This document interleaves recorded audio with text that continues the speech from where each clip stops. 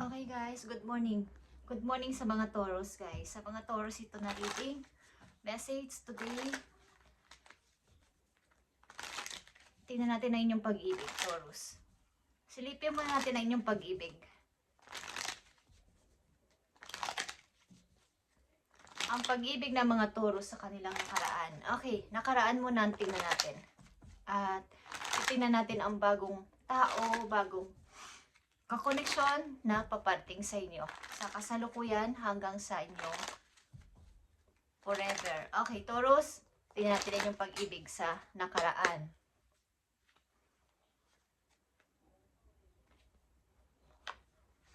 Pag-ibig ng mga Taurus sa nakaraan. Okay, meron ka ng takot sa nakaraan, Taurus.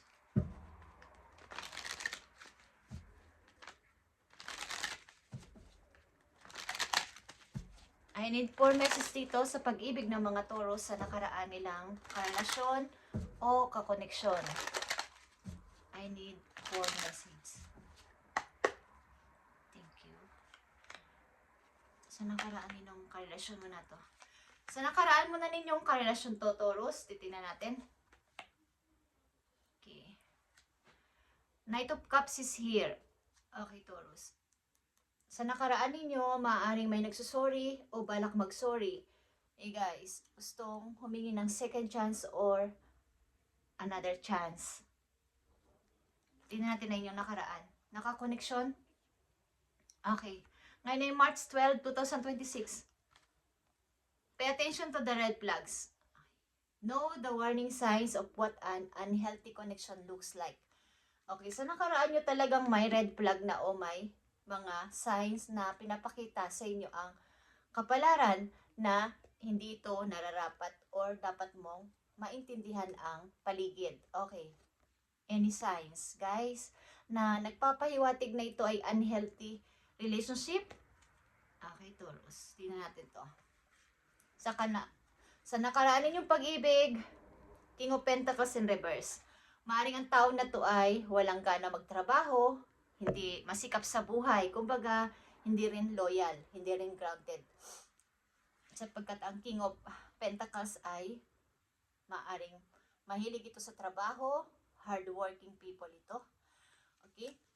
Workaholic ito, mahilig magpayaman, kumbaga magparami ng pera, hindi naman magpayaman, kundi mahilig, lais niya lagi siyang may money, maayos sa pamumuhay, pero ito naka-reverse. Ang yung person sa nakaraan, Taurus, ay hindi masikap sa buhay. Kumbaga, walang pangarap din. Okay? At ito ay natapos. Okay? Natapos nang ikaw ay nasakta ng sobra. Iniwan ka sa kawalan. Okay? Maring ilan sa inyo din ay nawalan. O ang pag-ibig nyo sa nakaraan ay lumisan siya na walang paalam, okay? At punong-puno ng pang-iistorbo sa'yo. Walang ginawa ang person na to kundi ikaw ay pahirapan. Kumbaga, masikreto din. Maraming lihim, hindi sinasabi. Yeah. Nandito ang dalawang energy, King of Pentacles and King of Cups. Nagmamanipulate ng iyong emotion, okay? Ang person na to, at maaaring walang pinapakitang pag-support sa'yo sa emosyon mo, okay? Ang iyong nakaraang pag-ibig. But, sad to say, maaari ito ay hihingi ng planong humingi ng second chance o ng pagkakataon muli sa'yo. Maaaring ito ay nagkaroon ng karamdaman, something literal na karamdaman or hindi maka-move on sa nangyari sa inyong dalawa. Okay, ito ang inyong nakaraan na pag-ibig, Taurus. Hindi maayos na relasyon. Okay. So, tingnan natin ang paparating ng mga bagong tao sa buhay ninyo o pag-ibig na tunay. Okay. Pag-ibig na tunay. Tingnan natin. O kasalukuyan nyo ng karelasyon. Alin man dyan guys. May kasalukuyan na kayong karelasyon na kayo ay masaya at paparating na tao sa buhay ninyo. Aliman dyan ang lumabas sa inyong message is yun ang. At ating focus. Okay, Taurus, tingnan natin. Sa inyong kasalukuyan, maaaring kakoneksyon nyo na o paparating pa lang na person ito. Thank you. Okay guys. Yeah. Sa kasalukuyan ninyo, ito man ay current relationship or paparating pa lang, ang person na to ay masasabi nyo ang true love. True love comes when you least expect it. Okay. Darating ang tao na to sa inyong buhay nang hindi nyo ine-expect at wala kayong kaalam-alam. Kumbaga parang surprise ni God ito sa inyo. Walang kaalam-alam. Hindi nyo to alam kung kailan at saan at sino. Okay. Yun ang masasabing true love. Hindi hinahanap kusang ibinibigay ni God. Kusang dumarating sa inyong buhay nang hindi nyo inaakala. Yun ang true love. Okay, tignan natin ang nakapaloob dito sa message na to. Para sa pag-ibig ng mga Taurus sa kailang kasalukuyan papunta sa future. Guys. March 12, 2026. Tignan natin. Tatlong message dito na nakapaloob sa message. So, ang paparating na person sa buhay ninyo, babae man o lalaki, ang hinahanap o magiging kakoneksyon ninyo is Queen of Pentacles. Okay? Kabaliktaran dito sa una ninyong mga naka-relasyon. Ito ay matrabahong tao. Hangad yung pag-unlad sa buhay, lalo na sa kaperahan. Okay? Maganda ang trabaho nito. Independent person ito, lalaki man o babae. Is maayos ang pamumuhay. May maayos na dignidad. Okay, ang person na to. At laging gusto yung pag-unlad. Yun nga lang, siya ay masyadong busy. At maaaring bigyan nyo to ng attention. Okay, busy siya sa work. Always. Tingnan natin. Current relationship nyo man to o bagong tao sa buhay ng mga Taurus. Yeah, guys. Nakikita nyo tong spiritual. Your spiritual journey is beginning. Maring ilan sa inyo sa panahon ngayon, sa kasalukuyan ninyo, kayo naniniwala na ang pag-ibig na ibibigay sa inyo ay galing kay God. Nakapokus kayo ngayon sa pag-upgrade pa, pag-level up pa ng inyong pananampalataya. At inaasahan ninyo na ang darating sa buhay ninyo o dumating na sa buhay ninyo na tao ay galing kay God. Ibinibigay nyo na yung kumbaga, si God na ang bahala sa pag-ibig na to, sa taong darating sa buhay ko. Hindi ako maghahanap at hayaan kong ibigay sa akin yon, yung galing kay God na person, yung ibibigay niya sa akin. Okay. Maaring kayo ay may may natutunan sa nakaraan, baga na lesson learned kayo sa mga tao, naka-connection ninyo na laging unhealthy, laging hindi maganda. So, ngayon, maaaring kayo ay umaasa na ang ibibigay sa inyong tao ay masasabi yung true love. Okay. Ano nakapaloob dito sa spiritual? Knight of Wands is here. Yeah, nakikita nyo to guys. Lovers. And Three of Swords. Okay. Andito pa din yung kabiguan sa inyong puso, heartbroken. Kumbaga, para kayong na-broke talaga. Is, andito naman yung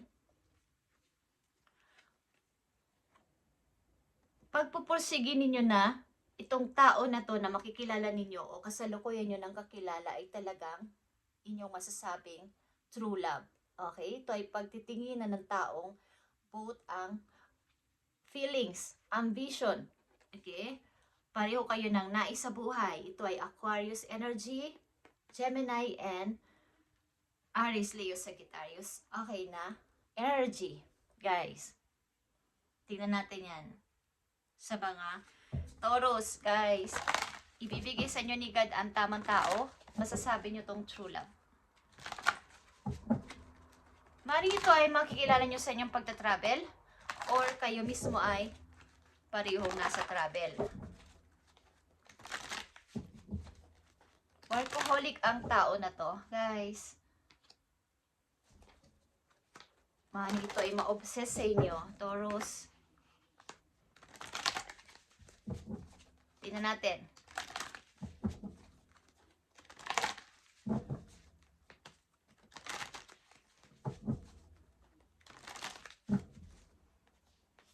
Para sa pag-ibig ng mga Taurus sa kasalukuyan nila o paparating pa lang na person sa buhay ng mga Taurus? I need 2 message dito. So, ang ilan sa inyo dito ay maaaring nasa healing process pa rin, galing sa nakaraan. Matagal man ito na nangyari na sa inyo ang pagka-broke sa inyong heart or sa kasalukuyan pa lang is, ang tao na to ang laging nagko-comfort sa inyo. Laging nagbibigay ng advice, nagsusuporta sa inyong emosyon. Okay guys, at pinoprotektahan kayo ng person na to, lalaki man kayo, babae. At workaholic ito guys. Maaari ding napofocus ang kanyang mind. Ang mindset niya ay parang, kumbaga, mahilig din to mag-business, mag-negosyo. Okay? Taurus, operation is here. Ito ay tower at illusion. So, dito sa pag-ibig ninyo, maaaring kayo ay nasa kasalukuyan na, pero andito pa rin yung fantasy at illusion. Fantasy and reality sa inyong gitna. Na ito ba ay totoo? Magiging okay na ba to? Baka masira na naman. Okay, meron kayong ganyang paniniwala sa inyong puso na hindi kayo masyadong nagbibigay ng 100%. Yung maraming percent sa inyong bagong iniibig o iibigin kung sakasakali. Maaaring lang sa iyo nakafocus ngayon sa work at nandito yung mayroon na kayong karelasyon pero nasa gitna pa rin kayo ng pagdududa kung ito ba ay totoo na or pang-forever ko na ang person na to na nandito sa akin o paparating pa lang. Okay? Taurus. So, karamihan sa inyo dito ay hindi nagtitiwala sa pag-ibig. Okay, na darating o paparating. Maaring may takot sa inyong puso na baka maulit na naman ang nakaraan. Ang ilan sa inyo dito ay still single pa rin at tuloy-tuloy lang sa pag-work at pananampalataya na ibibigay sa tamang time ni God ang person na to para sa akin. Okay. Taurus, isang message dito sa inyong, galing sa inyong Angel's Romance. Okay? Na may kinalaman dito sa inyong pag-ibig na to. Okay? Taurus, tingnan natin. Okay, guys. So, kaya kayo nandito sa illusion versus sa reality, may gumugulo kasi sa inyong buhay, sa inyong isip din. Sapagkat ang tao galing sa inyong nakaraan is gustong magbalik sa inyong buhay. Ilan sa inyo, someone from your past is returning to your life. Nagpaparamdam, parang multo. Okay, nagpaparamdam sa inyo at gustong gumawa ng effort. Second chance, katulad na sinabi ko sa umpisa. Okay, humihingi ng another chance. Taurus, sorry. Pwede ba ulit tayo maging mag-usap or maging magkaibigan or mag-date ulit? Okay, so may humihingi ng second chance dito galing sa nakaraan, guys. Kaya andito yung nasa gitna kayo ng pagdududa kung iibig kayo pa sa kasalukuyan or babalikan nyo ang nakaraan. Okay, Taurus, ang inyong pag-ibig ay masalimuot, Taurus.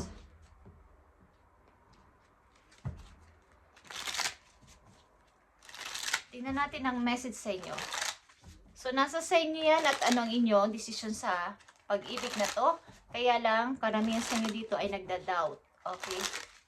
Sapagkat baka meron na namang mangyaring hindi maganda kung parang pareho lang. Okay? Maring ilan sa inyo ay malayo ang inyong current na karelasyon o makikilala. Hindi magkasim ng place. Okay. So, tingnan natin ang message pa para sa iyo, Taurus.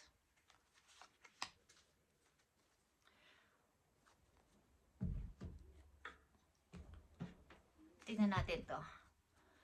Message para sa mga Taurus ngayong March 12, 2026.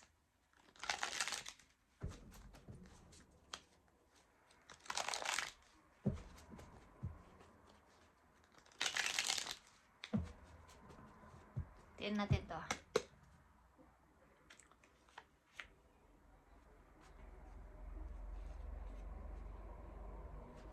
Masalimot ang inyong pag-ibig, buhay pag-ibig. May takot din sa puso. Okay. Mahilig ba kayong mag-research or may alamin pa sa inyong buhay? Gusto nyo pang may malaman pa? Okay. Taurus, andito ang transition or change. About ito sa pagbabago sa iyong sarili o sa mga pananaw mo sa buhay. Ano nakapaloob dito? Page of Pentacles, Two of Cups, and Six of Swords. Okay, guys. So, andito yung mga dumarating sa inyong opportunity na dapat ninyong i-hold ng mahigpit. Huwag niyong bitiwan ang mga dumarating na mga good opportunity sa inyong buhay sa ngayon, Taurus. At maaaring ang kayo ay nasa relasyon na, ilan sa inyo dito, at malayo. But ito ay deep connection ng dalawang nagmamahalan. At maaaring kayo ay lumayo sa mga nakakarami. Nasa malayo kayong place. Kumbaga, sa dati nyong lugar is umalis kayo. Yun ang ibig ko sabihin. At marami talagang toxic dun sa inyong lugar na yon. At gusto ninyong maiba naman or maging tahimik ang inyong paligid o ang inyong isip. Okay, Taurus, kayo ay nasa travel. Ilan sa inyo? Ilan sa inyo ay nasa malayong place? Maaaring gusto mo ng pagbabago kahit sa pag-ibig na to. Kahit na may pag-ibig na kayo, ilan sa inyo ay andito yung boundaries, andito yung limitasyon. Bagamat mahal nyo ang person na to, umaasa kayo na ito ay kung sa akin, kung para sa akin, para sa akin. At hindi ko to pipilitin. Okay. Nakafocus kayo sa work. Ilan sa inyo? Tingnan natin to. Taurus, March 12, 2026. Let your fears dissolve. So, kayo talaga ay may takot sa inyong puso. Kailangan nyo tong i-release ang takot na to. About talaga to sa takot ninyo sa pag-ibig. Okay. At more practice pa sa pagiging mabuting nilalang sa mundo. Okay? More practice pa. Maaring kayo ay palaging kumbaga may sariling mundo ang ilan sa inyo at ayaw nyo makialam kahit na may nakikita na kayong kung anong depende sa sitwasyon ang pagtulong at ang sausaw sa ibang usapin. Okay, but kung kinakailangan na kayo ay tumulong at magbigay ng simpatya sa isang sitwasyon, dapat kayong tumulong. Okay. Last message po you, Taurus, para sa inyong kasalukuyang sitwasyon. Tumanay pag-ibig sa inyong pamilya o sa inyong sarili o sa inyong career. Okay, is nandito. Tingnan natin. Para to sa Taurus. Nabibigyan mo ng message today. Spirit guides from heaven. Send a message for Taurus. Please. Okay, Taurus. Tingnan natin to. Okay.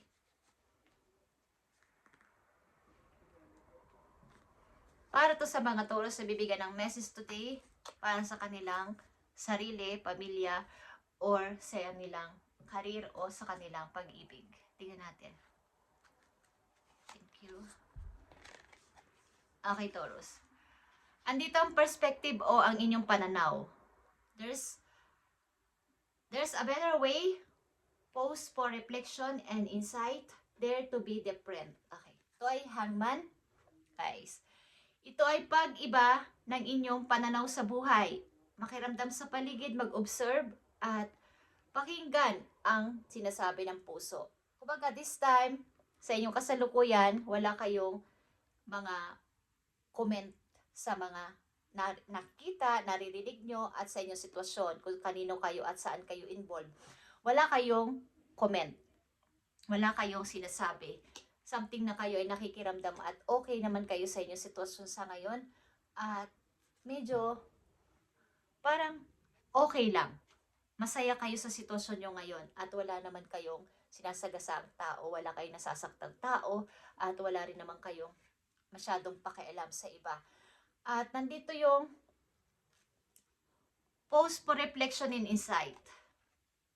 Manahimik sandali at pag-isipang mabuti, i-review ang nakaraan.